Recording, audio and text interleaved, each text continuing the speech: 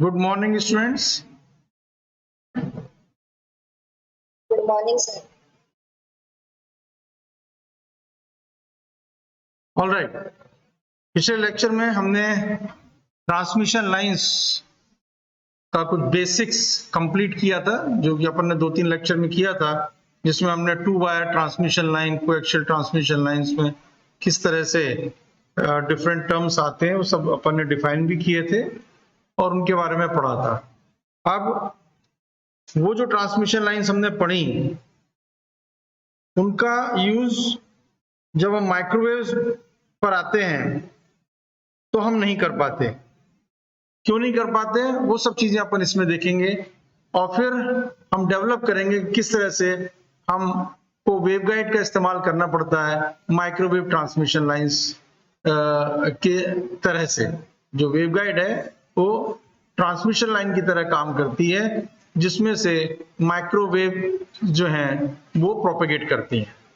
Alright, तो अब अपन ने कुछ जो पहले पढ़ा था, जो शुरू में इलेक्ट्रोमैग्नेटिक वेव्स के बारे में पढ़ा था, तो उसमें अपन ने देखा था कि वो electromagnetic spectrum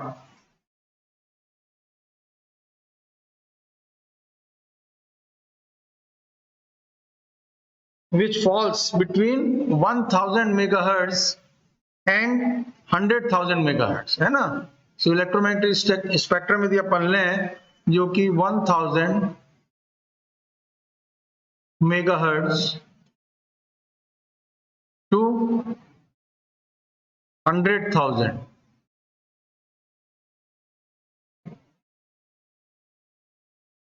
megahertz, all right, that is referred as the microwave region. This is referred as the microwave region, all right. तो जनरली जो है 1000 मेगाहर्ट्ज से ऊपर, मतलब 1000 मेगाहर्ट्ज मींस 1 गीगाहर्ट्ज हो गया, ठीक है ना। सो 1 गीगाहर्ट्ज टू 100 गीगाहर्ट्ज अपन जनरली लेते हैं, पर वो 1000 गीगाहर्ट्ज तक जाता है। ये आप इस चीज को ध्यान रखें। तो शॉर्ट वेवलेंथ एनर्जी, तो अब जो फ्रीक्वेंसी हाई हो गई तो जो वेवलेंथ है that is short wavelength, right. So it is a very short wavelength.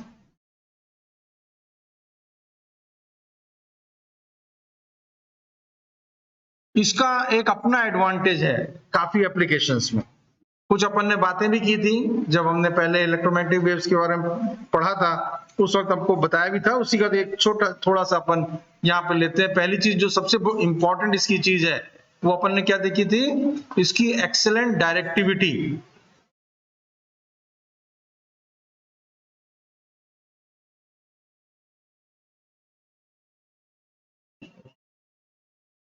Excellent directivity, ठीक है ना। और एक्सेलेंट डायरेक्टिविटी भी कैसे मिल रही है, using small antennas. This we are getting using small antennas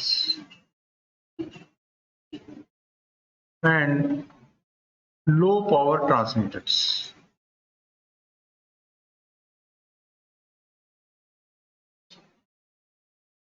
low power क्यों हम यूज कर पाते हैं transmitters,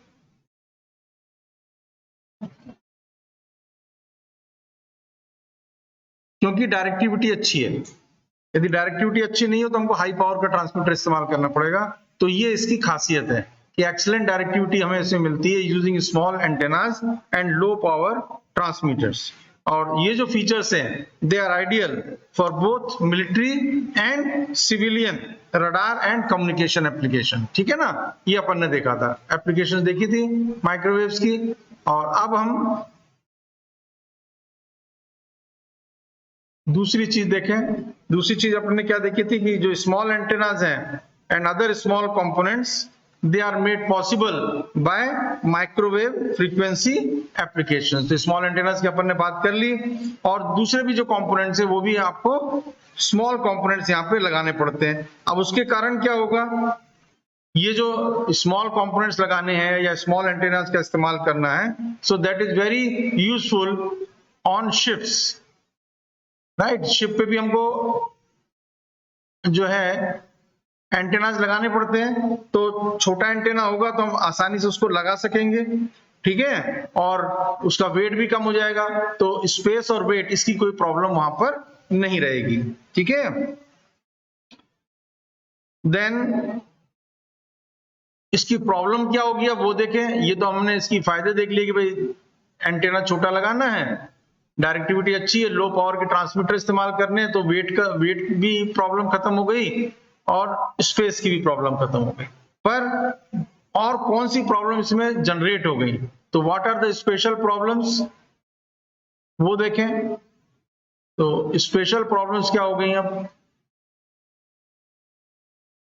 that is in transmission, generation and circuit design है। तो ट्रांसमिशन की भी प्रॉब्लम होती है इसमें, ट्रांसमिशन, जनरेशन मतलब generation of microwaves, and circuit design, जो भी सर्किट इस्तेमाल करते हैं उसको यूज करने के लिए और जनरेट करने के लिए। सो दे पोज स्पेशल प्रॉब्लम्स, है ना। और ये जो प्रॉब्लम्स है ये हमें लो फ्रीक्वेंसी पर नहीं मिलती हैं, तो इनको भी हमको दूर करना है। कन्वेंशनल सर्किट थ्योरी जो होती है that is based on voltages and currents, है ना, जबकि माइक्रोवेव थ्योरी जो है that is based on electromagnetic fields. Alright, so ये सब चीजें अपन स्टडी करेंगे।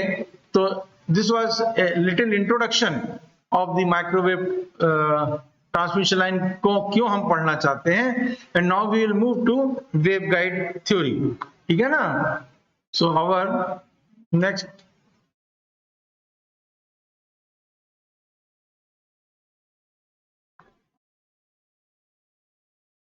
is waveguide theory. So now we are starting that. कैसे हम इस पे आते हैं वो देखते हैं,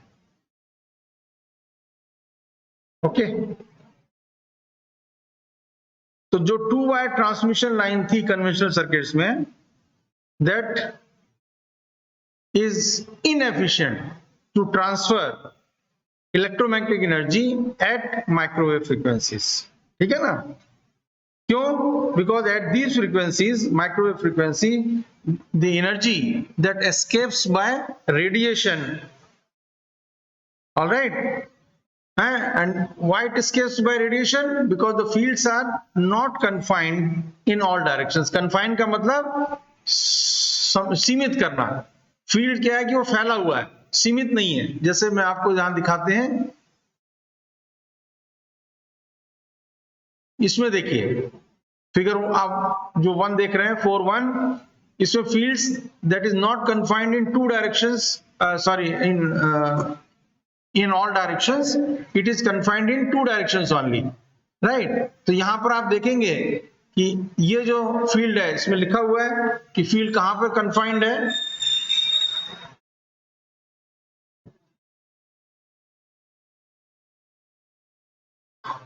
तो यहां पे देखिए आप, ये 2 डायरेक्शंस बताया, एक तो ये यहां बताया हुआ है, ठीक है ना।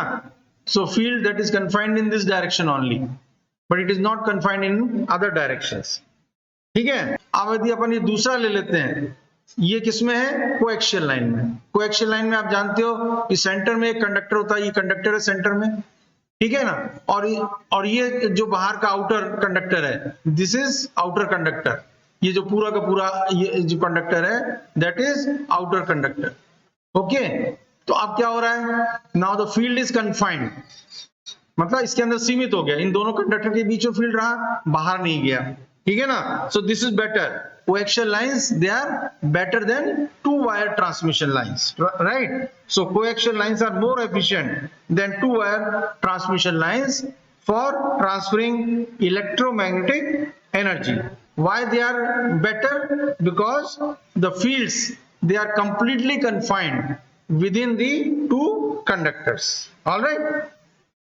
देन ये तो हमने देख लिया, ठीक है ना। Still we can not use coaxial transmission lines, क्यों नहीं होंगे, अभी हम थोड़ी सी देर में देखेंगे कि why they are not useful for transferring this. What happens if we try to propagate the microwaves through coaxial transmission lines. All right. जो सबसे efficient जो चीज है that is waveguide. So waveguides, they are the most efficient way to transfer electromagnetic energy. So our waveguides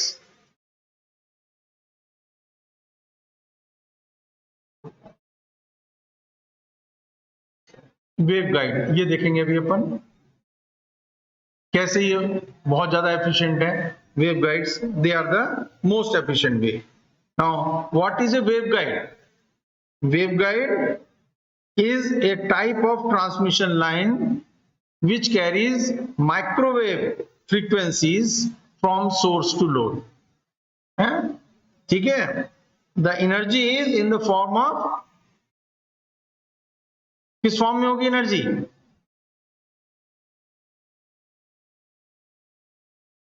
कोई भी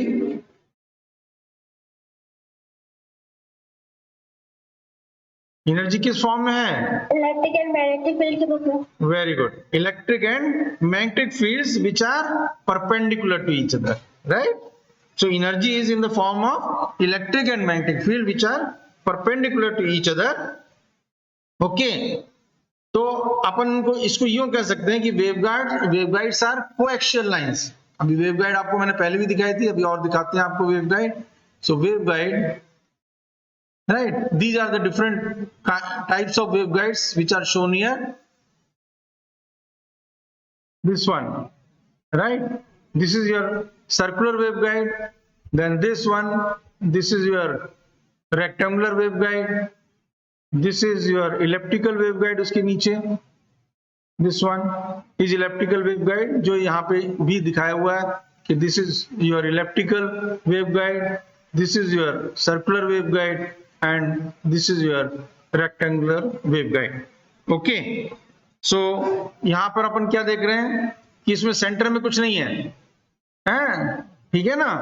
सो इसको अपन कहते हैं कि waveguides are essentially coaxial lines. एक कोएक्सियल लाइन की तरह है but without centre conductor. Centre में कोई कंडक्टर नहीं है, right? It is a coaxial line without centre conductors and these waveguides they are constructed from the conductive material. हैं, जब आप लैब में आएंगे तो आप देखेंगे, आपको यहाँ वेवगाइड देखने के लिए मिलेगी. So they are made up of conductive material and may be of these shapes, rectangular, circular और elliptical shapes. All right. So now let us see what are the advantages and disadvantages of waveguides. Okay. So now let us see the advantages of waveguide first. पहला advantage, the large surface area of waveguides greatly reduces copper losses. Surface area आप जानते हो कि resistance जो है R, that is given by rho into L by A, right? Where A is the area of cross section. तो area of cross section जितना कम होता जाएगा उतना ही जो है आपका रेजिस्टेंस बढ़ता चला जाएगा. ठीक है ना, है? और एरिया ऑफ क्रॉस सेक्शन बढ़ जाएगा तो रेजिस्टेंस कम हो जाएगा, और रेजिस्टेंस कम होगा तो जो आई स्क्वायर आर लॉस है ना, आई स्क्वायर आर जो ऊपर मेंशन किया है, this loss that will also reduce जब रेजिस्टेंस कम हो जाएगा तो. ठीक है ना. तो यहां पर जब वेवगाइड अपन ले रहे हैं तो वेवगाइड में क्या हो गया, एरिया बढ़ गया. यदि अपन कंडक्टर लेते, कोएक्सियल केबल जैसे ले लें, तो कोएक्सियल केबल का जो इनर कंडक्टर है उसका डायमीटर तो बहुत कम है, तो इसकी एरिया भी बहुत कम हो जाएगी. ठीक है ना. परंतु यदि अपन वेवगाइड ले लें, हैं, सपोज सर्कुलर वेवगाइड ले लें या रेक्टेंगुलर वेवगाइड ले लें, ठीक है ना, रेक्टेंगुलर वेवगाइड ले लें, तो इसका जो एरिया है जिस वो क्या हो जाएगा, ज्यादा हो जाएगा, एरिया बढ़ गया. ठीक है. और एरिया बढ़ने के कारण क्या हुआ कि रेजिस्टेंस कम हो गया, तो इसलिए आई स्क्वायर आर लॉसेस जो है वो कम हो जाएंगे. ठीक है ना. And therefore to two wire transmission line जो है उसमें लॉसेस क्या होंगे, ज्यादा होंगे कॉपर लॉसेस, क्योंकि उनका एरिया कम है। वेवगाइड में जो है वो लॉसेस कम होंगे। दूसरा इफेक्ट है स्किन इफेक्ट। स्किन इफेक्ट कोई जानता है? एनीवन? किसी ने भी सुना स्किन इफेक्ट को? कोई भी? हाँ या ना? कोई नहीं जानता? नहीं जानते तो ना बोल दो। No sir. No sir. Okay, अब देखिए स्किन इफेक्ट क्या होता है। एक्चुअल में होता क्या है, क्योंकि इसका एक्सप्लेनेशन तो फिर लंबे में अलग से आपको बता देंगे बाद में। स्किन, कोई भी जो कंडक्टर होता है, ठीक है, ये अपन उसका सामने का सरफेस देख रहे हैं कंडक्टर का, तो इसको थोड़ा सा बड़े रूप में चलो दिखा देते हैं। ये कंडक्टर है ना, and current is flowing through this conductor. तो जैसे जैसे फ्रीक्वेंसी बढ़ती है वैसे वैसे जब आप डीसी लेते हो, है ना, उस केस में तो जो जब इसमें से करंट फ्लो करता है, suppose this is the conductor आपका, ओके, तो इसमें से जब करंट फ्लो कर रहा है, कौन सा? डीसी, ठीक है, उस केस में तो पूरे क्रॉस सेक्शन में, मतलब पूरा इसमें जो पूरा डिस्ट्रीब्यूट रहता है करंट इसके अंदर, यानी हर क्रॉस सेक्शन से आपको समान करंट फ्लो करता है, ठीक है। This is in the case of DC. परंतु अब इसकी जगह यदि अपन कंडक्टर ले लें और इसमें से अब हम कहें कि इसमें से एसी फ्लो कराएं अपन, ऑल्टरनेटिंग करंट एसी, उस केस में क्या होता है कि depending upon the frequency, right, of the signal, जो करंट है that moves towards the surface, मतलब बीच में खाली पोर्शन रह जाता है, वहां से करंट फ्लो नहीं करता। यानी इसके अंदर यदि अपन जो है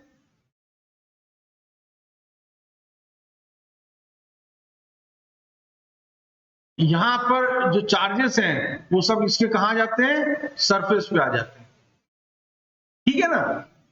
and this is called skin effect. मतलब क्या हुआ एक तरह से कि एरिया क्या हो गया? कम हो गया ना कम, जिसमें से करंट फ्लो कर रहा है। अभी तो अपन यदि पूरा ले लें कंडक्टर को, तब तो एरिया ज्यादा है जिसमें से करंट फ्लो कर रहा है, और यदि ये करंट जो है ये सरफेस पे आ जाए तो एरिया कम हो गया, और एरिया कम हो गया तो क्या हो जाएगा? रेजिस्टेंस बढ़ जाएगा, ठीक है ना, और रेजिस्टेंस बढ़ गया तो क्या होगा? लॉसेस बढ़ जाएंगे, ठीक है ना। एंड दिस फिनोमिनन, ये जो फिनोमिना है इसको अपन बोलते हैं स्किन इफेक्ट, है ना, कि स्किन पे करंट पहुंच गया सारा का सारा, जो कंडक्टर का स्किन है, right. So it is given the name skin effect. So what is skin effect? It is the tendency of alternating high frequency current to crowd toward the surface of a conducting material. ठीक है ना? So because of this phenomenon, the current is restricted. Current जो है ना, that is restricted to a small part of the total cross sectional area, जो मैंने आपको यहाँ दिखाया रेड से, and therefore it increases the resistance of the conductor, ठीक है। अच्छा, ये जो स्किन इफेक्ट है, आपने आजकल वो इंडक्शन फर्नेस जो बहुत सारे घरों में यूज होती है, जानते हो इंडक्शन फर्नेस? पता है कि नहीं? नहीं मालूम है? आजकल बर्तन भी आ रहे हैं कि भाई हाँ इंडक्शन कुकर में आप उसको जो है इस्तेमाल कर सकते हैं, इस तरह के बर्तन भी आ रहे हैं। ऑलराइट, तो वो भी मैं दिखाऊंगा फिर आपको, कल निकाल के लाऊंगा, ठीक है ना। तो वहां पर हम इसका यूज करते हैं स्किन इफेक्ट का। तो वहां क्या होता है कि सरफेस पे जो है, because of high frequency, that current is localised on the surface, ठीक है ना, तो it controls the heating area, उसमें वो लोकलाइज हो जाता है। ऑलराइट, तो ये this is about skin effect. ये समझ में आ गया स्किन इफेक्ट क्या होता है। कोएक्सियल लाइन में क्या होगा? कोएक्सियल लाइन में चूंकि ये जो कंडक्टर है, अंदर जो कंडक्टर है that has a very small area, ठीक है ना, है कोएक्सियल लाइन में, ठीक है। तो उसके कारण क्या होगा कि जो स्मॉल साइज तो है ही उसका, और वो उसके सरफेस पे आ जाएगा तो और जो है वो एरिया कम हो जाएगा, तो और ज्यादा रेजिस्टेंस बढ़ जाएगा, और उसके कारण जो है लॉसेस और बढ़ जाएंगे। तो this is the skin effect. Then third advantage for the waveguide is dielectric losses. Dielectric losses जो है, यदि हम टू वायर और कोएक्सियल ट्रांसमिशन लाइन में देखें, ठीक है ना, तो वो वहां पर ज्यादा होते हैं। क्यों ज्यादा होते हैं? क्योंकि यदि अपन कोएक्सियल केबल ले लें या टू वायर ट्रांसमिशन लाइन ले लें,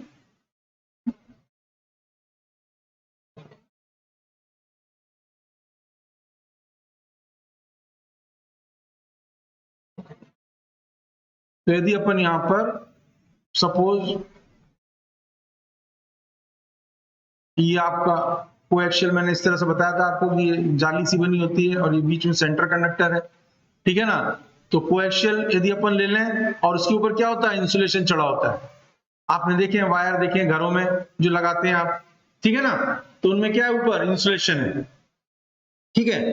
तो यदि आप टू वायर ट्रांसमिशन लाइन लें जो कि जैसे घर में लग रही है, तो उसमें क्या होगा कि उसमें लॉसेस होंगे। लॉसेस किसके कारण होंगे? बिकॉज जब करंट फ्लो करता है तो हीटिंग इफेक्ट होता है ना, और हीटिंग के कारण जो है इंसुलेशन है that will get heated up, ठीक है ना, and because of that there will be losses due to dielectric. तो जो इंसुलेटर है that behaves as a dielectric of a capacitor formed between two lines। तो टू वायर ट्रांसमिशन लाइन आप लें तो इसके बीच में चूंकि इंसुलेटर इसके ऊपर चढ़ा हुआ, तो ये एक तरह से क्या काम करता है, कैपेसिटर का काम करता है दोनों लाइन के बीच में, ठीक है ना। उसी तरीके से यहां पर भी कोएक्सियल लाइन में भी, कोएक्सियल लाइन में सेंटर में है कंडक्टर और उसके ऊपर इंसुलेशन चढ़ा हुआ है और फिर उसके ऊपर दूसरा कॉइल चढ़ा हुआ है, तो उसके बीच में भी क्या होता है, एक कैपेसिटेंस का फॉर्मेशन हो जाता है। और कैपेसिटेंस का फॉर्मेशन होने के कारण क्या होगा कि आप जानते हो कैपेसिटेंस जो है दैट इज रिएक्टेंस उसका जो दिया जाता है XC that is equal to 1 upon omega C। तो यहां पर जो ओमेगा है that is your 2 pi f। तो फ्रीक्वेंसी जैसे जैसे बढ़ती जाएगी तो क्या होगा, XC का मान क्या हो जाएगा, कम होता जाएगा, रिएक्टेंस का मान कम होता जाएगा, ठीक है ना। और उसके कारण एक स्थिति ऐसी आएगी कि यहां पर एक तरह से क्या हो गया, शॉर्ट हो जाएगा। जब रिएक्टेंस कम होगा तो इसके बीच में शॉर्ट हो गया, और शॉर्ट हो गया तो इसको अपन कहते हैं डाइलेक्ट्रिक ब्रेकडाउन, राइट। तो इसमें ब्रेकडाउन पॉसिबल है because of this at high frequency, ठीक है। So that is also possible in coaxial transmission lines, ठीक है। वेवगाइड में भी ब्रेकडाउन होता है पर उसकी कंडीशन है वो अपन देखेंगे, ठीक है। तो वेवगाइड में जो ब्रेकडाउन होता है, अब वेवगाइड में क्या होता है कि the electromagnetic waves they are moving, है ना, इलेक्ट्रोमैग्नेटिक वेव्स आ रही हैं वेवगाइड से, so they are moving inside the waveguide, right. और वो जो इलेक्ट्रोमैग्नेटिक वेव्स हैं उनका रिफ्लेक्शन होता है, अपन ने अभी देखा था पिछले लेक्चर्स में, जिसके कारण स्टेशनरी वेव्स का फॉर्मेशन होता है। और स्टेशनरी वेव्स में एक पर्टिकुलर पॉइंट पे नोड मिलता है और एक पर्टिकुलर पॉइंट पे एंटी नोड मिलता है, और जहां एंटी नोड मिलता है वहां वोल्टेज डबल हो जाता है, ठीक है ना। तो very high voltage is generated there, और जब वो बहुत हाई हो जाएगा तो वहां पर भी आपको ये ब्रेकडाउन की नौबत आ जाती है, ठीक है ना। तो उसकी भी एक लिमिट होती है जहां तक अपने को इसमें रखना है। बाकी डाइलेक्ट्रिक जो है सच वेवगाइड के अंदर we make use of air, जिसमें कि dielectric loss is very less as compare to other insulating materials. दूसरे मटेरियल यदि अपन जो इस्तेमाल कर रहे हैं कोएक्सियल लाइन और टू वायर ट्रांसमिशन लाइन में, उसकी तुलना में एयर में जो है डाइलेक्ट्रिक लॉस बहुत कम होता है। And then last is your power handling capability, that is another advantage of waveguides. चौथी जो है पावर हैंडलिंग कैपेबिलिटी, ठीक है ना। So this power handling capability किसके ऊपर डिपेंड कर रही है, क्योंकि पावर हैंडलिंग कैपेबिलिटी जो है that is related to the distance between the conductors. Conductors के बीच में कितना डिस्टेंस है, उसके ऊपर पावर हैंडलिंग कैपेबिलिटी डिपेंड करती है। ध्यान में रख लीजिएगा इस चीज को। तो यहां पर आप देखिए कि यहां हमने दिखाई है आपको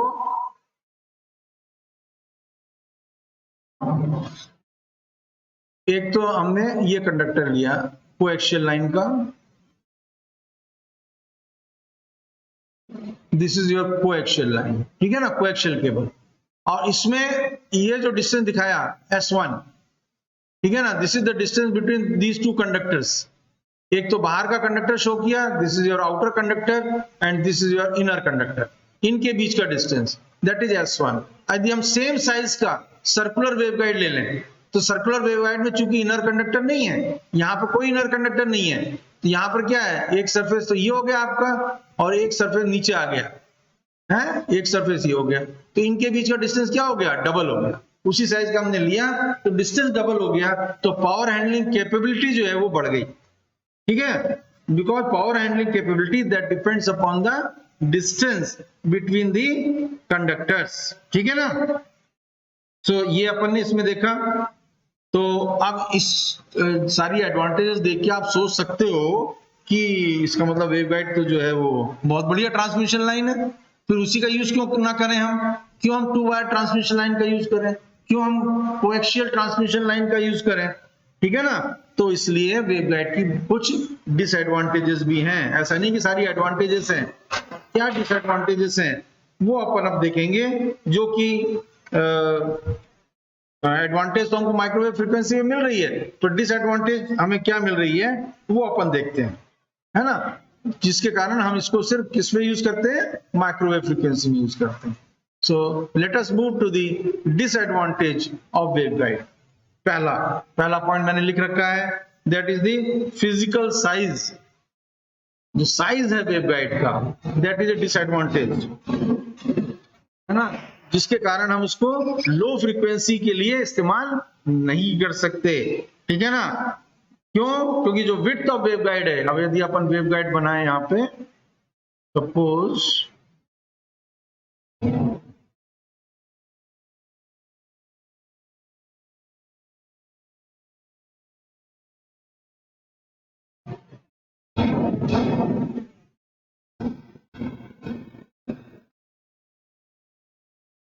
suppose this is the waveguide, ठीक है ना, then this is the width of the waveguide which is denoted by A and this is the height that is denoted by B. Okay, so this width of the waveguide A that must be approximately half of the wavelength for the frequency which we want to propagate through this waveguide or transmit through this waveguide. That means this A must be equal to at least lambda by 2. ठीक है ना, है ये होना चाहिए। अब यदि मान लीजिए ये जरूरी है तो चलिए अपन देखते हैं कि लो फ्रीक्वेंसी की बात करें, सपोज 1 मेगाहर्ट्ज की, है ना, और 1 मेगाहर्ट्ज की अपन वेवलेंथ निकालें और उसके बाद हम साइज इसकी देखें यदि वेवगाइड की, तो then it comes out to be 152.4 metres, 152.4 meters. This is the size, right? 152 meters you can imagine.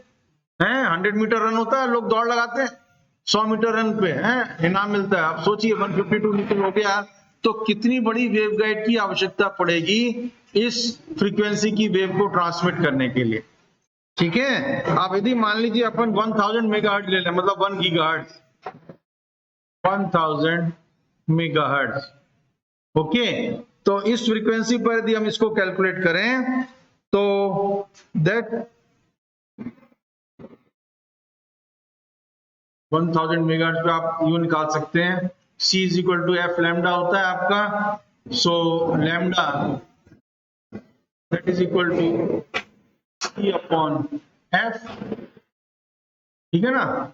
और इसमें आप इसको निकाल लें तो this will come out to be 3 into 10 to the power 8 meter per second and frequency is your 1000 into 10 to the power 6. Okay, so what will be this? this will be 6 and 3 9, so this becomes your 0.3 meter. Is it okay? 639, that will be -1, so 0.3 meter. Okay, and 0.3 meter का half कर दें, so that will be 0.15. All right, so lambda by 2 जो हमें चाहिए, that lambda by 2 becomes 0.15 metre. अब ये देख लीजिए, हैं, ये कितना हो गया, ठीक है. तो इस तरह से इसका हम तो इस्तेमाल कर सकते हैं. 0.15 मीटर 15 सेंटीमीटर, ठीक है. So that's why that is more useful. Then so lower frequency range की लिमिट हो गई because of physical size. Size जो है वो बहुत बड़ा हो जाएगा वेवगाइड का. Then second point is installation. है second point जो है हमारा installation. Waveguides are difficult to install. Why they are difficult to install? Because of their rigid shape. Rigid है ना. आपके जो कोएक्शियल लाइन है या वायर है वो तो फ्लेक्सिबल है, आप उसको मोड़ के भी रख लेते हो, बट इसको नहीं रख सकते आप, ठीक है ना. They are rigid hollow pipe shape, so they are rigid hollow pipes,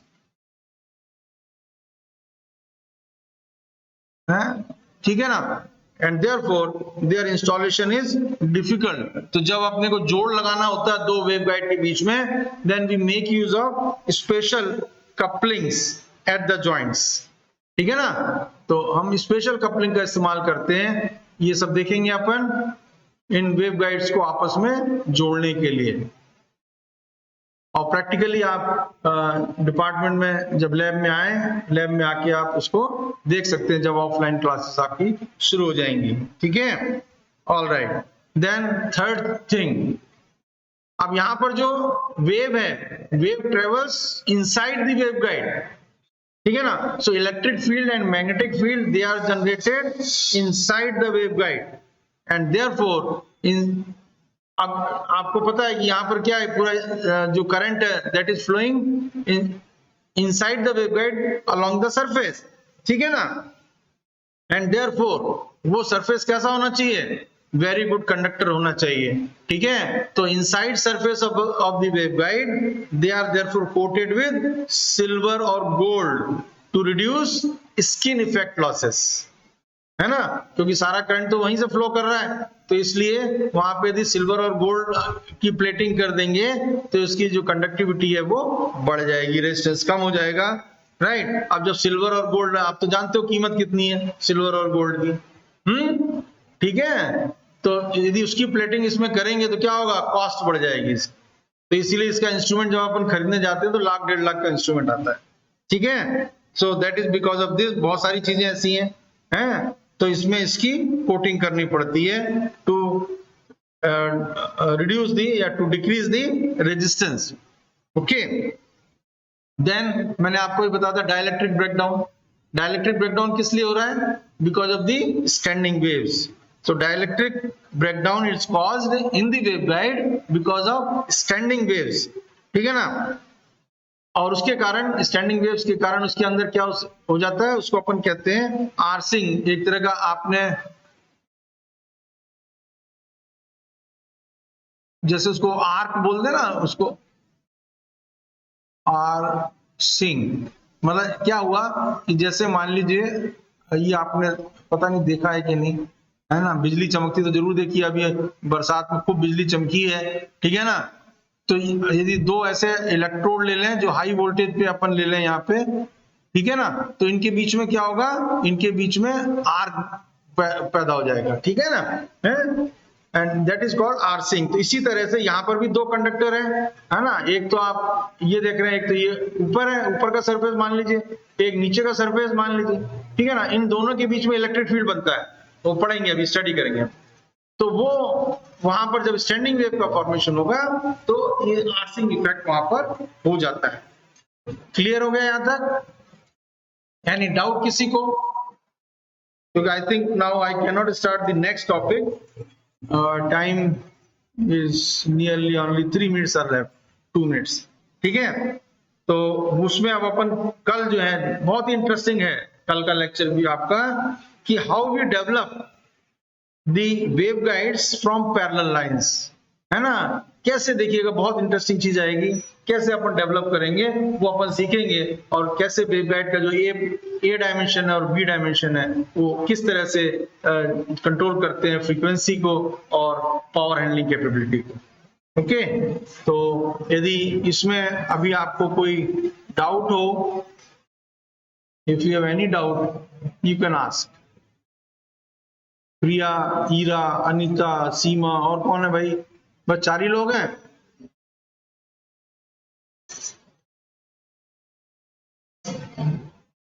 किसको? सर ये अभी हमारा यूज नहीं करते क्या वेवगाइड, जैसे हम देख सके तो बाहर हैं? जैसे कोएक्सियल केबल तो घरों में ऐसे होती तो वेवगाइड यूज नहीं करते क्या? वेवगाइड तो हाई फ्रीक्वेंसी पे चाहिए ना, माइक्रोवेव पे। माइक्रोवेव में ट्रांसमिशन के लिए बेटा अपन जो घर में यूज कर रहे हैं उसके लिए माइक्रो स्ट्रिप्स मैंने आपको बताई थी शुरू में। तो जो अपन ये माइक्रोवेव से आ रहे हैं, फिर सिग्नल आ रहे हैं हमारे मोबाइल पे, so we are using their micro strips, फिर वो सॉलिड स्टेट डिवाइसेस आ जाएंगी वहां पे, उनका यूज कर रहे हैं, तभी तो मोबाइल छोटा हो गया, छोटे रूप में मिल गया आपको। और ये जो वेवगाइड्स है that we are using in the case of radars हैं, जैसे जहां यूज अपने को करना है, ठीक है ना। लैब में आप सीखेंगे, एक्सपेरिमेंट सीखेंगे इसके, वहां पर अपन इन वेवगाइड का इस्तेमाल करेंगे। और फिर बाकी तो क्या है कि जब एंटेना लगा देते तो एंटेना से waves they are transmitted and we are getting the waves from there, है ना। ठीक है, तो वो माइक्रोस्ट्रिप एंटेनास अपन यूज करेंगे उसके अंदर, अपने मोबाइल के अंदर, दैट विल सी। समझ में आई बेटा? Yes sir. और कुछ, और एनी अदर डाउट? नहीं तो माइक्रोस्ट्रिप अपने फोन में रखते हैं अंदर। अंदर होती है, बिल्कुल बिल्कुल बिल्कुल, that is acting like an antenna, जो रिसीव कर रहा है। एंटेना दोनों काम करता है, ट्रांसमिट भी करता है और रिसीव भी करता है ना। तो वो हमारे रिसीव करती है सिग्नल को, साथ में ट्रांसमिट भी करती है, क्योंकि हम जो बोल रहे हैं वो कैसे पहुंच रहा है दूसरे तक, वो भी तो जा रहा है ना। और हमको रिसीव भी कर रहे हैं, जो अगला बोल रहा है वो भी हमको मिल रहा है सुनने के लिए, तो दोनों चीजें हो रही हैं। So they act for both. Any other doubt?